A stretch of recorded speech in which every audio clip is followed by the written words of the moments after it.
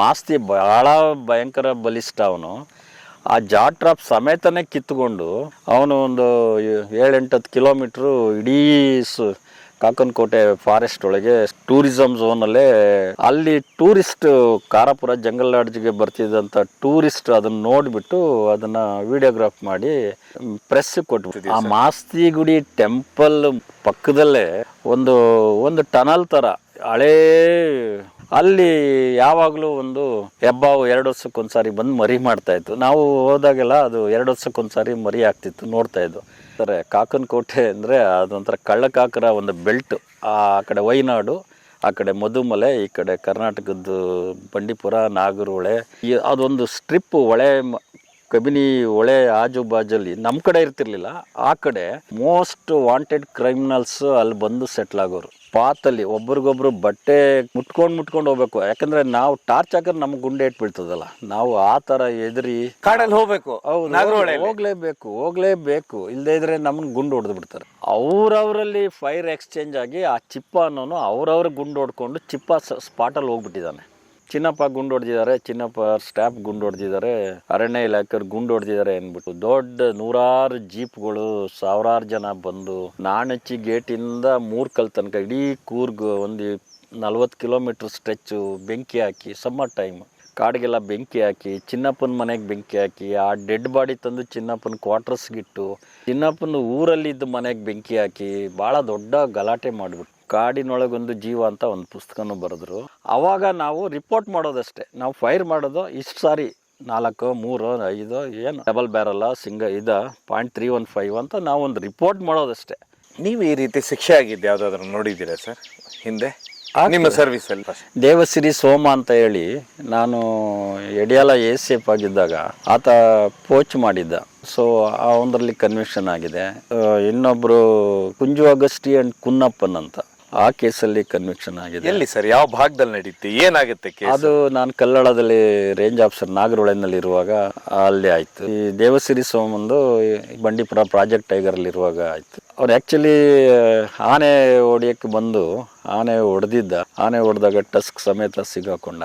ಅವನಿಗೆ charge sheet ಎಲ್ಲ ಮಾಡಿದ್ರು ನಮ್ಮ ರೇಂಜ್ ಆಫೀಸರು. ಸೊ ಆ ಕಾಂಟೆಕ್ಸ್ಟಲ್ಲಿ ಅವನಿಗೆ ಪನಿಷ್. ಕುಂಜು ಅಗಸ್ಟಿ ಕುನ್ನಪ್ಪನ್ನು ಜಿಂಕೆ ಬೇಟೆ ಆಡಿದ್ದು ಕಲ್ಲಳ ವಲಯದಲ್ಲಿ. ಸೊ ಅಲ್ಲಿ ಅವನು ಸುಮಾರು ದೊಡ್ಡ ಕೇಸೇ ಅದು. ಸಂತೋಷ್ ಹೆಗ್ಡೆ ಅವರು ಇದ್ರು, ಅವರು ಸುಪ್ರೀಂ ಕೋರ್ಟ್ ತನಕ ಹೋಗಿತ್ತು ಆ ಕೇಸು. ಅಲ್ಲಿ ನಾವು ಬಟ್ ಇದ್ರ ಮಧ್ಯೆ ನೀವು ಮಾಸ್ತಿಯನ್ನು ಹುಲಿನೂ ಇದು ಮಾಡ್ತಿರಲ್ಲ ಸರ್? ಅದು ಕ್ಯಾಪ್ಚರ್ ಮಾಡಿದ್ದು, ಅದು ಅದೇ ಜಾ ಟ್ರಾಪ್ ಹಾಕಿದ್ದು. ಅವಾಗ ನಾನು ಅಡಿಷ್ನಲ್ ಚಾರ್ಜ್ ಇದ್ದೆ, ಹುಣಸೂರು ACF ಆಗಿದ್ದೆ, ಹುಣಸೂರು ಹೆಡ್ ಕ್ವಾರ್ಟ್ರಲ್ಲಿ ವೈಲ್ಡ್ ಲೈಫ್ ಡಿವಿಷನಲ್ಲಿ ಇದ್ದೆ. ಅದು ಅಡಿಷನಲ್ ಚಾರ್ಜ್. ಅಲ್ಲಿ ಯಾರೋ ಟ್ರೈನಿಂಗ್ ಹೋದಾಗ ನಾನಿದ್ದೆ. ಆ ಸಮಯದಲ್ಲಿ ನಾನು ಮಾಸ್ತಿ ಗುಡಿಗೆ ಹೋಗ್ಲೇಬೇಕಾಯ್ತು. ಮಾಸ್ತಿ ಗುಡಿನಲ್ಲಿ ಅದನ್ನು ಜಾ ಟ್ರಾಪ್ ಹಾಕಿದ್ದ ನಿಮ್ಮಲ್ಲಿ ತಪ್ಪಿಸ್ಕೊಂಡಿದ್ದು.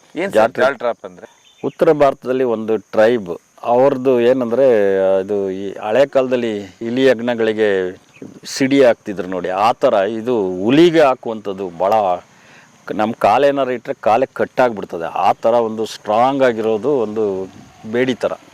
ಅದು ಭೂಮಿ ಒಳಗೆ ಊತಿರ್ತಾರೆ ಹುಲಿ ಓಡಾಡೋ ಜಾಗದಲ್ಲಿ. ಹುಲಿ ನಡ್ಕೊಂಡು ಹೋದಾಗ ಅಲ್ಲಿ ಏನಾದ್ರು ಕಾಲಿಟ್ಟರೆ ಅದು ಯಾವುದೇ ಕಾರಣಕ್ಕೂ ತಪ್ಪಿಸ್ಕೊಳಕ್ಕಾಗಲ್ಲ. ಆ ಜಾ ಟ್ರಾಪ್ನ ಒಂದು ದೊಡ್ಡ ಗೂಟಕ್ಕೆ ಪಕ್ಕದಲ್ಲಿ ಚೈನ್ ಹಾಕಿ ಕಟ್ಟಿರ್ತಾರೆ. ಎಂಥ ಬಲಿಷ್ಠವಾದ ಹುಲಿನೂ ಕಿತ್ಕೊಂಡು ಹೋಗಲ್ಲ. ಈ ಹುಲಿ ಮಾಸ್ತಿ ಭಾಳ ಭಯಂಕರ ಬಲಿಷ್ಠ ಅವನು. ಆ ಜಾ ಟ್ರಾಪ್ ಸಮೇತನೇ ಕಿತ್ಕೊಂಡು ಅವನು ಒಂದು 7-8 ಕಿಲೋಮೀಟ್ರು ಇಡೀ ಕಾಕನಕೋಟೆ ಫಾರೆಸ್ಟ್ ಒಳಗೆ ಟೂರಿಸಂ ಝೋನಲ್ಲೇ ಓಡಾಡಿದೆ. ಅಲ್ಲಿ ಟೂರಿಸ್ಟ್ ಕಾರಾಪುರ ಜಂಗಲ್ ಲಾಡ್ಜ್ಗೆ ಬರ್ತಿದ್ದಂಥ ಟೂರಿಸ್ಟ್ ಅದನ್ನು ನೋಡಿಬಿಟ್ಟು ಅದನ್ನು ವಿಡಿಯೋಗ್ರಾಫ್ ಮಾಡಿ ಪ್ರೆಸ್ ಕೊಟ್ಟು, ಆವಾಗ ಅಲ್ಲಿ ತನಕ ನಮ್ಮ ಇಲಾಖೆಯವ್ರಿಗೆ ಗೊತ್ತೇ ಇಲ್ಲ. ಅದು ಅಲ್ಲಿ ರೇಂಜರ್ ಇರ್ಬೋದು, ಅಲ್ಲಿ ಸ್ಟಾಫ್ಗೆ ಗೊತ್ತೇ ಇಲ್ಲ. ಆನಂತರ ಅದನ್ನು ಜಾ ಎಳ್ಕೊಂಡೇ ಅದು ಹೋಗ್ತಾ ಇರೋದು ಟ್ರ್ಯಾಪ್ ಆಗಿದೆ. ಆಮೇಲೆ ಸ್ವಲ್ಪ ಸಮಯದಲ್ಲಿ ಅದು ಕಟ್ಟಾಗ್ಬಿಟ್ಟು ಕಾಲಕ್ಕೆ ಕೊಳೆತ್ಬಿಟ್ಟು ಜಾ ಎಲ್ಲೋ ಬಿದ್ದೋಗಿದೆ ಜಾ ಟ್ರ್ಯಾಪ್. ಅದನ್ನು ಟ್ರ್ಯಾಕ್ ಮಾಡೋಕ್ಕೆ ನಾನು ಮಾಡುವಂಥ ಸಮಯದಲ್ಲಿ ಸಿಬ್ಬಂದಿ ಎಲ್ಲ ತೊಗೊಂಡು, ಆನೆ ತೊಗೊಂಡು ಅದನ್ನು ಟ್ರ್ಯಾಕ್ ಮಾಡಿ ಹಿಡಿದು.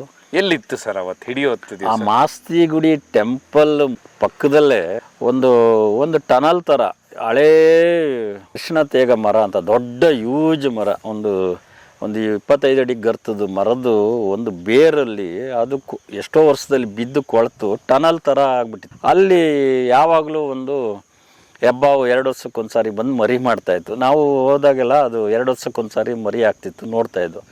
ಆ ಟನಲ್ ಒಳಗೆ ಹೋಗಿ ಇದು ಆ ನೋವು ತಡ್ಕೊಳ್ಳಾರ್ದೆ ಹೊಳೆ ಪಕ್ಕ ನೀರು ಕುಡಿದ್ಬಿಟ್ಟು ಕಬಿನಿ ಬ್ಯಾಕ್ ವಾಟ್ರಲ್ಲಿ ನೀರು ಕುಡ್ಕೊಂಡು ಅಲ್ಲಿ ಹೋಗಿ ಒಳಗಡೆ ಆ ಪೊಟ್ರೆ ಒಳಗೆ ಬಳ್ಳೆ ಪಕ್ಕನೇ ಮಾಸ್ತಿಗುಡಿ ಟೆಂಪಲ್, ಹಳೇ ಮಾಸ್ತಿಗುಡಿ ಟೆಂಪಲ್, ಗಂಧದ ಗುಡಿ ಸಿನಿಮಾದಲ್ಲಿ ರಾಜ್ಕುಮಾರ್ ಪೂಜೆ ಎಲ್ಲ ಅದೇ ಅಲ್ಲಿಂದ 100 ಮೀಟ್ರ್ ದೂರದಲ್ಲಿ ಅಲ್ಲಿ ಆ ಪೊಟ್ರೆ ಒಳಗೆ ಹೋಗಿ ಅದನ್ನು ನಾವು ಹಿಡಿಲಿಕ್ಕೆ ಪ್ರಯತ್ನ ಮಾಡಿ ಕೇಜ್ ತೊಗೊಂಡೋಗಿಟ್ಟು ಚಿರತೆ ಬೋನ್ನ ಅದನ್ನು ಹಾಕಿ ರೋಪ್ ಹಾಕಿ ಎಳೆದು ಈಚೆಗೆ ತಂದು ಅದನ್ನೆಲ್ಲ ಮೈಸೂರು ಝೂಗೆ ಕಳಿಸಿ. ಯಾವ ಆನೆ ಬಂದಿತ್ತು ಸರ್ ಅವತ್ತು? ಅಭಿಮನ್ಯು ಮತ್ತು ಅರ್ಜುನ ಇವೆಲ್ಲ ಮಾಮೂಲಿ ಎಲ್ಲ ಅಭಿಮನ್ಯು ಅರ್ಜುನ ಇಬ್ರು ಬಂದಿದ್ರು. ಹೌದೌದು, ಕಟ್ನಿ ಗ್ಯಾಂಗ್ ಅದೇ. ಆ ಗ್ಯಾಂಗ್ ಇದೇ ಮಾಡ್ತಾ ಇತ್ತ ಸರ್? ಈಗ ಬಿಟ್ಟೋಗಿದೆ ಅದು, ಈಗ ಎಲ್ಲೂ ಇಲ್ಲ ಪೋಚಿಂಗ್. ನಾನು ನೋಡಿದಾಗ ಸೌತ್ ಇಂಡಿಯಾದಲ್ಲಿ ನಡೀತಾ ಇಲ್ಲ. ಸಿಕ್ಕಾಪಟ್ಟೆ ನಾವು ಸ್ಟಾಫ್ ಎಲ್ಲ ಸಿಕ್ಕಾಪಟ್ಟೆ ಆ್ಯಂಟಿ ಪೋಚಿಂಗ್ ಕ್ಯಾಂಪ್ ಇದೆ, ಭಾಳ ವಿಜಿಲ್ ಆಗಿದ್ದಾರೆ. ಟೈಗರ್ ಪ್ರೊಟೆಕ್ಷನ್ ಸ್ಟಾಫ್ ಅದು ಸಿಕ್ಕಾಪಟ್ಟೆ ಸ್ಟಾಫ್ ಇದ್ದಾರೆ. ಈಗ ಮೊದಲಿನಾಗೆ ಭಾಳ ಗೇಮ್ ಗಾರ್ಡು, ಗೇಮ್ ವಾಚರ್ ಅಂತ 4 ಜನ ಇರ್ತಿರ್ಲಿಲ್ಲ. ಈಗ 100 ಜನ ಇದ್ದಾರೆ. ಒಂದೊಂದು ಬೀಟಿಗೆ 3-4 ಜನ ಗಾರ್ಡುಗಳಿದ್ದಾರೆ. ನಿಮ್ಮ ಕಾಲದಲ್ಲಿ ನೀವು ಬಳ್ಳೆ ಫಾರೆಸ್ಟ್ ರಾತ್ರಿನೇ ರೇಡ್ ಹೋಗ್ತಿದ್ರ ಅಂತಲ್ಲ, ಒಂದು ಸ್ವಲ್ಪ ನೆನಪಿಸ್ಬೋದಾ ಸರ್? ಅಲ್ಲಿ ಮಾಂಸಕ್ಕೆ ಕೇರಳದವರು ಅದು ಒಂದು ಸ್ಟ್ರಿಪ್ ಇದೆಯಲ್ಲ, ಅಲ್ಲಿ ನೆಕ್ಸಲೈಟ್ ಆರಿಜನ್ ಆಗಿದ್ದು ಇಂಡಿಯಾದಲ್ಲಿ, ಅಲ್ಲಿ ಪುದುಪಳ್ಳಿ ಅಂತ ಒಂದು ಜಾಗ, ನಮ್ಮ ಕಾಕನಕೋಟೆಯಿಂದ ಆಚೆ.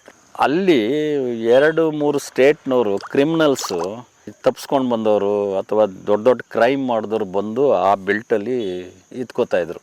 ದೊಡ್ಡ ಆನೆ ಹೊಡೆಯೋರು, ಈ ಮರ್ಡರ್ ಮಾಡೋರು, ಈ ಇಲ್ಲೀಗಲ್ ಡಿಸ್ಟಿಲ್ ಮಾಡೋರು, ಈ ಥರ ಎಲ್ಲ ಕಳ್ಳಕಾಕರು ಅಂತ ಏನು ಹೇಳ್ತಾರೆ. ಕಾಕನಕೋಟೆ ಅಂದರೆ ಅದೊಂಥರ ಕಳ್ಳಕಾಕರ ಒಂದು ಬೆಲ್ಟ್.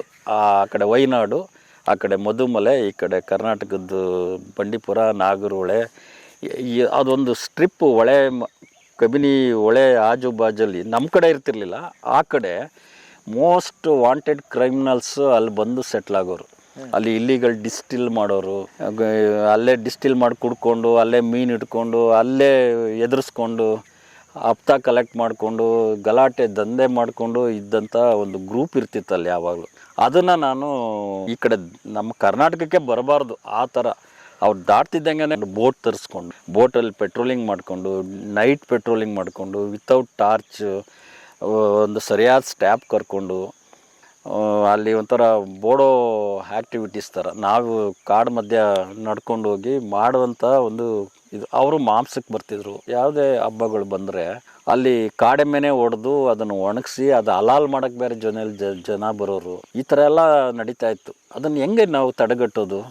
ಹಾಗಾಗಿ ನಾವು ದೊಡ್ಡ ಒಂದು ಗ್ಯಾಂಗ್ ಮಾಡಿಕೊಂಡು ಆನೆಯವ್ರನ್ನೆಲ್ಲ ಸರಿಯಾದ ಒಳ್ಳೆ ಮಾವತರು ಕವಾಡಿಗಳನ್ನ ಯಾರು ಇದ್ದಾರೆ ಅವ್ರನ್ನ ನಮ್ಮ ಸ್ಟಾಫ್ ಜೊತೆಗೆಲ್ಲ ಸೇರಿಸ್ಕೊಂಡು ಪಾತಲ್ಲಿ ಒಬ್ರಿಗೊಬ್ರು ಬಟ್ಟೆ ಮುಟ್ಕೊಂಡು ಹೋಗ್ಬೇಕು. ಯಾಕಂದರೆ ನಾವು ಟಾರ್ಚ್ ಹಾಕಿದ್ರೆ ನಮ್ಗೆ ಗುಂಡೆ ಇಟ್ಟು ಬೀಳ್ತದಲ್ಲ, ನಾವು ಆ ಥರ ಎದುರಿ ಕಾಡಲ್ಲಿ ಹೋಗ್ಬೇಕು. ಹೋಗ್ಲೇಬೇಕು ಇಲ್ಲದೇ ಇದ್ರೆ ನಮ್ಮನ್ನು ಗುಂಡು ಹೊಡೆದು ಬಿಡ್ತಾರೆ. ಆ ಥರ ಒಂದು 10-6 ವರ್ಷ ಹಂಗೆ ಹೋರಾಟ ಮಾಡಿದ್ದಕ್ಕೆ ಅದೆಲ್ಲ ನಿಂತೋಯ್ತು. ಆಮೇಲೆ ಅರಣ್ಯ ಉಳಿತು ಅನ್ನೋದಕ್ಕಿಂತ ಅವ್ರು ಅಲ್ಲಿಂದ ಖಾಲಿ ಮಾಡಿದ್ರು. ನೈಟ್ ಎಷ್ಟು ಗಂಟೆಗೆ ಶುರು ಮಾಡೋರು ನಿಮ್ಮದು ಇದು ಕೆಲಸನ? ನಾವು 8-8:30 ಊಟ ಮಾಡಿ ಎಲ್ಲರೂ ಕೆಮ್ಮಬಾರ್ದು, ಬೀಡಿ ಸೇದಬಾರ್ದು.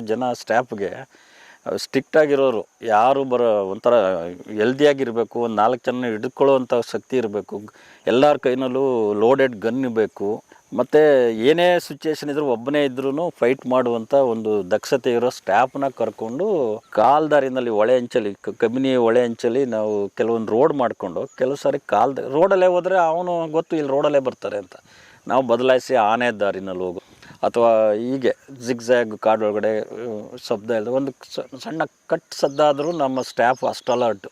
ಅವರು ನಿಂತುಬಿಟ್ಟು ಏನು ಅನಲೈಸ್ ಮಾಡಿ ಅಲ್ಲಿ ಏನಿರ್ಬೋದು, ಪ್ರಾಣಿನ ಅಥವಾ ಜನರ ಏನು ಅದೆಲ್ಲ ಸ್ಟಡಿ ಮಾಡಿ ಒಂದೊಂದು ಹೆಜ್ಜೆನೂ ಇಟ್ಕೊಂಡು ನಾವು ಗುಂಡ್ರೆ ತಲುಪೋತ್ತಿಗೆ ಬೆಳಗಾಗ್ಬಿಡ್ತಿತ್ತು. ಒಂದು 10-12 ಕಿಲೋಮೀಟ್ರ್ ಕವರ್ ಮಾಡೋಕ್ಕೇ 7-8 ಗಂಟೆ ಟೈಮು ಸ್ಟ್ರಗಲ್. ಅದು ರಾತ್ರಿ ನಿದ್ದೆನೇ ಇಲ್ಲ.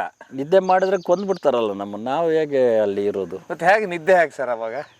ಆಗ್ಲೊತ್ತು ಬಂದು ಮಾಡ್ಕೊತಾಯಿದ್ದು, ಬಂದು ಬ್ರೇಕ್ಫಾಸ್ಟ್ ಮಾಡಿ ಸ್ನಾನ ಮಾಡಿ ಒಂದು 2-3 ಅವರ್ಸ್, ಮತ್ತೆ ಇನ್ನು ಕಾಡಿಗೆ ಬೆಂಕಿ ಬಿದ್ದರೆ ಅದು ಇದು ನಮಗೆ RFO ಜಾಬ್ ಅಂದರೆ ನಾಟ್ ಈಸಿ. ಆಗ ಯಾವತ್ತಾದರೂ ಚಕಮಕಿ ಆಗಿದ್ದೇನಾ ಸರ್? ಆಗಿದೆ, ಭಾಳ ಸಾರಿ ಆಗಿದೆ.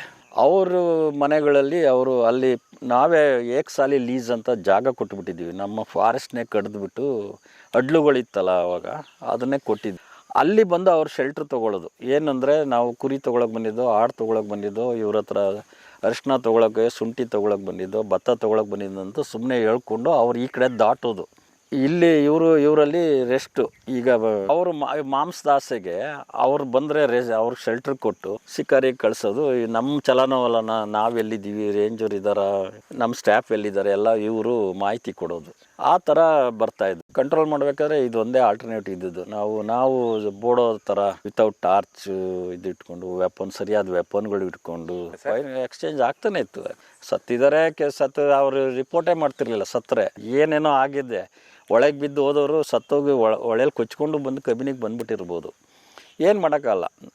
ನಾವಂತೂ we have open fire, scene of occurrence ಈ ಥರ ಆಗಿದೆ ಅಂತ ಒಂದು ಇಮ್ಯುನಿಟಿ ಬಂದಾಗ ನಾವೊಂದು ರಿಪೋರ್ಟ್ SP ಗೆ, ಲೋಕಲ್ ಪೊಲೀಸ್ಗೆ, DFOಗೆ, ಚೀಫ್ ವೈಲ್ಡ್ ಲೈಫ್ ವಾರ್ಡನ್ಗೆ ಒಂದು ಟೆಲಿಗ್ರಾಮು ಅಥವಾ ಒಂದು ರಿಪೋರ್ಟ್ ಮಾಡಿದರೆ ಆಯಿತು ನಮ್ಮ ಜಾಬ್. ಮೊದಲು ಇರಲಿಲ್ಲ. ಆಮೇಲೆ ಕ್ರಮೇಣ ಚಿನ್ನಪ್ಪನ ಇನ್ಸಿಡೆಂಟ್ ಎಲ್ಲ ಆದಮೇಲೆ ನಮ್ಗೆ ಇಮ್ಯುನಿಟಿ ಸಿಕ್ತಲ್ಲ, ಅವಾಗ ನಮ್ಗೆ ರಕ್ಷಣೆ ಸಿಕ್ತು. ಏನು ಸರ್ ಇದು ಚಿನ್ನಪ್ಪ ಇನ್ಸಿಡೆಂಟ್ ಅಂದರೆ? ಚಿನ್ನಪ್ಪ ಅರೆಸ್ಟ್ ಆದ್ರಲ್ಲ, ಚಿನ್ನಪ್ಪ ಭಾಳ ಸ್ಟ್ರಿಕ್ಟಾಗಿ ಕೆಲಸ ಮಾಡ್ತಾಯಿದ್ರು. ನಾಗರೊಳೆ ಸ್ಯಾಂಚುರಿನಲ್ಲಿ ಅವರು ನಾಲ್ಕೇರಿ ಅಲ್ಲಿ ಸ್ಟೇಟ್ ಫಾರೆಸ್ಟಲ್ಲಿ ಅವರು ಕೆಲಸ ಮಾಡುವಾಗ ಸುಮಾರು ಜನ ಈ ಕೂರ್ಗ್ ಸೈಡಿಂದ ಒಂದು ಸೈಡೆಲ್ಲ ಕಾಫಿ ತೋಟ, ಒಂದು ಸೈಡೆಲ್ಲ ನ್ಯಾಷನಲ್ ಪಾರ್ಕ್. ಅವ್ರಿಗೆ ಕಾಡು ಮಾಂಸ ತಿನ್ನಲೇಬೇಕು. ಕಾಡು ಕೋಣನೋ ಅಥವಾ ಕಾಡೆಮ್ಮೆನೋ, ಕಡವೆನೋ, ಜಿಂಕೆನೋ, ಹಂದಿನೋ ಏನೋ ಹೊಡಿಬೇಕು, ತಿನ್ನಬೇಕು. ಅವ್ರಿಗೆ ಮೊದಲಿಂದ ಅದು ಬಂದ್ಬಿಟ್ಟಿದ್ದು.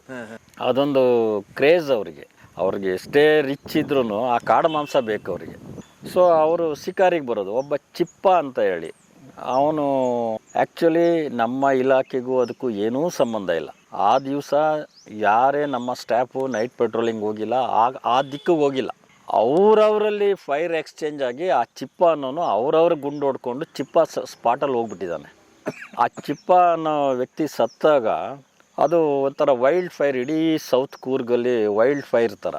ಚಿನ್ನಪ್ಪ ಗುಂಡು ಹೊಡೆದಿದ್ದಾರೆ, ಚಿನ್ನಪ್ಪ ಸ್ಟಾಫ್ ಗುಂಡು ಹೊಡೆದಿದ್ದಾರೆ, ಅರಣ್ಯ ಇಲಾಖೆಯವ್ರು ಗುಂಡು ಹೊಡೆದಿದ್ದಾರೆ ಅಂದ್ಬಿಟ್ಟು ಅವರು ದೊಡ್ಡ 100 ಜೀಪ್ಗಳು, 1000 ಜನ ಬಂದು ನಾಣಚ್ಚಿ ಗೇಟಿಂದ ಮೂರ್ಕಲ್ ತನಕ ಇಡೀ ಕೂರ್ಗ್ ಒಂದು 40 ಕಿಲೋಮೀಟ್ರ್ ಸ್ಟ್ರೆಚ್ಚು ಬೆಂಕಿ ಹಾಕಿ, ಸಮ್ಮರ್ ಟೈಮ್ ಕಾಡಿಗೆಲ್ಲ ಬೆಂಕಿ ಹಾಕಿ, ಚಿನ್ನಪ್ಪನ ಮನೆಗೆ ಬೆಂಕಿ ಹಾಕಿ, ಆ ಡೆಡ್ ಬಾಡಿ ತಂದು ಚಿನ್ನಪ್ಪನ ಕ್ವಾರ್ಟರ್ಸ್ಗಿಟ್ಟು, ಚಿನ್ನಪ್ಪನ ಊರಲ್ಲಿದ್ದ ಮನೆಗೆ ಬೆಂಕಿ ಹಾಕಿ ಭಾಳ ದೊಡ್ಡ ಗಲಾಟೆ ಮಾಡಿಬಿಟ್ಟು. ಆ ಸಮಯದಲ್ಲಿ ಒಬ್ಬರು SP ಇದ್ದರು, ಅವರು ಚಿನ್ನಪ್ಪನ ಅರೆಸ್ಟ್ ಮಾಡಿದರು. ಅರೆಸ್ಟ್ ಮಾಡಿ ಹಾಬಲ್ಸ್ ಹಾಕಿ ಇಟ್ಟದ್ದು. ಅಲ್ಲಿ ಹುಷಾರಿರಲಿಲ್ಲ. ಯಾರು ಸರ್? ಚಿನ್ನಪ್ಪಗೆ ಒಂದು ಅರ್ಧ ಲಂಗ್ ಇಲ್ಲ ಅವ್ರಿಗೆ. ಏನೋ ಪ್ರಾಬ್ಲಮಿಂದ ಅದು ಆಪ್ರೇಟ್ ಆಗಿಬಿಟ್ಟು ಅವ್ರು ಸ್ವಲ್ಪ ಯಾವಲ್ಲಿ ಸಿಕ್ಕಲಿ, ಬಟ್ ಒಳ್ಳೆ ಕೆಲಸ ಮಾಡ್ತಿದ್ರು. ಆ ವಿರಾಜಪೇಟೆಯಲ್ಲಿ ಅವರು ಹಾಸ್ಪಿಟ್ಲಲ್ಲಿ ಹೀಗೆ ಕಾಲು ಕೈಗೆಲ್ಲ ಹಿಂಗೆ ಹಾಕಿ ಮಲಗಿಸಿದ್ರು. ಆ ಇನ್ಸಿಡೆಂಟ್ ಆದಾಗ ನಮಗೆ ಒಂದು ಇಮ್ಯುನಿಟಿ ಬಂತು. ಪುಸ್ತಕ ಎಲ್ಲ ಬರೆದ್ರು. ಹೌದು, ಕಾಡಿನೊಳಗೊಂದು ಜೀವ ಅಂತ ಒಂದು ಪುಸ್ತಕನೂ ಬರೆದ್ರು. ಅವ್ರು ತೀರ್ಕೊಂಡ್ರು ಈಗ ಒಂದು ವರ್ಷ 2 ಘಟನೆ ಇದು. ಆ ಇನ್ಸಿಡೆಂಟಿಂದ ನಮಗೊಂದು ಇಮ್ಯುನಿಟಿ ಸಿಕ್ತು. ಇಮ್ಯುನಿಟಿ ಅಂದರೆ ಏನೇ ನಮ್ಮ ಫಾರೆಸ್ಟ್ ಡಿಪಾರ್ಟ್ಮೆಂಟ್ ಎಲ್ಲೇ ಆಗಲಿ, ನ್ಯಾಷನಲ್ ಪಾರ್ಕ್ ಇರ್ಬೋದು, ಔಟ್ಸೈಡ್ ಇರ್ಬೋದು, ಏನಾದ್ರು ಫೈರ್ ಮಾಡಿದರೆ ನಾವು judicial enquiry not below the rank of assistant commissioner, judicial enquiry ಆಗದೆ ನಮ್ಮ ಮೇಲೆ ಯಾವುದೇ ಕ್ರಮ ತಗೋಬಾರ್ದು ಅಂತ ಒಂದು ಕಾನೂನು ಬಂತು. Immunity government order. ಆ ಶೆಲ್ಟ್ರಲ್ಲಿ ನಾವೆಲ್ಲ ಬಚಾವೋದು. ಆವಾಗ ನಾವು ರಿಪೋರ್ಟ್ ಮಾಡೋದಷ್ಟೇ. ನಾವು ಫೈರ್ ಮಾಡೋದು ಇಷ್ಟು ಸಾರಿ 4, 3, 5 ಏನು ಡಬಲ್ ಬ್ಯಾರಲ್ಲ, .315 ಅಂತ ನಾವು ಒಂದು ರಿಪೋರ್ಟ್ ಮಾಡೋದಷ್ಟೇ. ಜಸ್ಟ್ ಒಂದು intimation to the SP, local sub inspector, DFO and chief wildlife warden. ಅಷ್ಟೇ ನಮ್ಮ ಕೆಲಸ ಮುಗೀತು. Carefree. ನಮಗೆ ಯಾವ ಟೆನ್ಷನ್ ಇಲ್ಲ. ಮೊದಲು ಗುಂಡು ಹೊಡೆದು ಬಿಟ್ಟರೆ ಅವ್ನು ಸತ್ತೋಗಿದ್ರೆ ನಮ್ಮನ್ನು ಬಂದು ಅರೆಸ್ಟ್ ಮಾಡಿ ಎಳ್ದಾಡ್ಬಿಡೋರು. ಅದೆಲ್ಲ ಸರಿ ಆಯಿತು. ಅದು ಚಿನ್ನಪ್ಪನವ್ರನ್ನು ಭಾರಿ ಕಷ್ಟ ಕೊಟ್ಟರು. ಭಾಳ ಅವರು ಒಂದು 10-15 ವರ್ಷ ಅವರು ಸರಿಯಾಗಿ ನಿದ್ದೆ ಮಾಡಿಲ್ಲ. ಆ ಥರ ಭಾಳ ಕಷ್ಟಪಟ್ಟು ಅವರು ಹೇಳಿ ಮಾಡಿಸಿದ್ದು. ಅವ್ರಿಗೇನೋ ಇಲ್ಲಿ ಬಂದಾಗ ರೂಮ್ ಸರಿಯಾಗಿ ಕೊಡ್ತಿಲ್ಲ, ಊಟ ಸರಿ ಕೊಟ್ಟಿಲ್ಲ, ಕಾಡು ಕೋಳಿ ಊಟ ಕೊಡಲಿಲ್ಲ ಅಂತ. ಇದು ಅದೊಂದೇ ರೀಸನ್. ಕಾಡು ಕೋಳಿ ಕೇಳಿದರು. ಇವರು ಸಿಟ್ಟಲ್ಲಿ ಏನು ಮಾತಾಡ್ತಿದ್ರು. ಒಂದು ವೈಲ್ಡ್ ಲೈಫ್ SP ಆಗಿ ಫಾರೆಸ್ಟಲ್ಲಿ ಫಾರೆಸ್ಟಲ್ಲಿ SP ಬಂದು ಕೇಳಿದ್ದು ಕಾಡು ಕೋಳಿ ಮಾಡಿಸಿ ಊಟ ಹಾಕ್ಸಿ ಅಂತ ಚಿನ್ನಪ್ಪನಿಗೆ. ಇವ್ರು ಬೈದು ಬಿಟ್ಟಿದ್ದಾರೆ, ಮುಖಕ್ಕೆ ಬೈದಂಗೆ. ಒಂದು ಎಸ್ ಪಿಗೆ ಒಂದು ರೇಂಜ್ ಆಫೀಸರ್ ಬೈತಾರೆ ಅಂದರೆ ದೊಡ್ಡ ಏನು ಅಫೆನ್ಸ್ ಥರ, ಭಾಳ ಅಫೆನ್ಸ್ ಅಂತ ಆಗ್ಬಿಟ್ಟಿದೆ ಅದು. ಆ ರಿವೆಂಜ್ಗೆ ಅಲ್ಲಿ ಕೋಳ ಹಾಕಿಸಿದ್ರು. ಅದೇ ಹೇಳಿದ್ದು, ಹಿಂಗೆ ಆಬಲ್ ಸಾಕಿ ಮಲಗಿಸಿದ್ದು ಅಂತ ಹೇಳಿದ್ದು. ಕೋಳ ಹಾಕಿ ಹಾಸ್ಪಿಟ್ಲಲ್ಲಿ ಇದು ಈ ಕಾಡು ಕೋಳಿ ತಿನ್ಲಿಕ್ಕೆ ಹೇಳಿದ್ದಕ್ಕೆ ಒಂದು ಎಸ್ ಪಿ ಆಗಿ, ಫಾರೆಸ್ಟಲ್ಲೇ ಎಸ್ ಪಿ ಆಗಿ, ಅದನ್ನ ಪೊಲೀಸ್ ಅವ್ರು ಮಾಡಿದ್ದು ಇದನ್ನೆಲ್ಲ ಕೋಳ ಎಲ್ಲ ಅವ್ರ ಸಬಾರ್ಡಿನೇಟ್ಸ್ ಕೇಳಿದ್ರು, ಮಾಡ್ರಿ ಅರೇಂಜ್ ಮಾಡ್ರಿ ಅಂತ ಮಾಡಿದರು. ಈಗ ಎಸ್ ಪಿ ಹೇಳುವಾಗ ಸಬ್ ಇನ್ಸ್ಪೆಕ್ಟ್ರು ಇನ್ನು ಪೊಲೀಸ್ ಏನು ಮಾಡ್ತಾರೆ ಕೇಳಬೇಕಲ್ಲ. ಇದು ಇನ್ಸಿಡೆಂಟ್. ಪಾಪ ಚಿನ್ನಪ್ಪ ಆ ರೀತಿ ಕೊರಗಿದ್ರು. ಕೊರಗೋದಂದರೆ ಸಫರ್ ಆದರು, ಅವ್ರೇನು ಕೊರಕೊಂಡಿರೋ ವ್ಯಕ್ತಿ ಅಲ್ಲ. ಹಂಗಾಗಿದ್ರೆ ನಾಗರಹೊಳೆಯಲ್ಲಿ ಸರ್ವಿಸೇ ಮಾಡೋಕ್ಕಾಗ್ತಿರ್ಲಿಲ್ಲ. ನಾವು ಎಳ್ಳೆಫೆಲ್ಲ 24 ವರ್ಷ ಸರ್ವಿಸ್ ಮಾಡಿದೆ. ಎದ್ರುಕೊಂಡು ಇವ್ರಿಗೆಲ್ಲ ಎದ್ರುಕೊಂಡು ಇಂಥವ್ರಿಗೆಲ್ಲ ಎದ್ರುಕೊಂಡು ಕೂತ್ರೆ ಕಾಡು ಕಾಯೋಕ್ಕಾಗ್ತದೆ.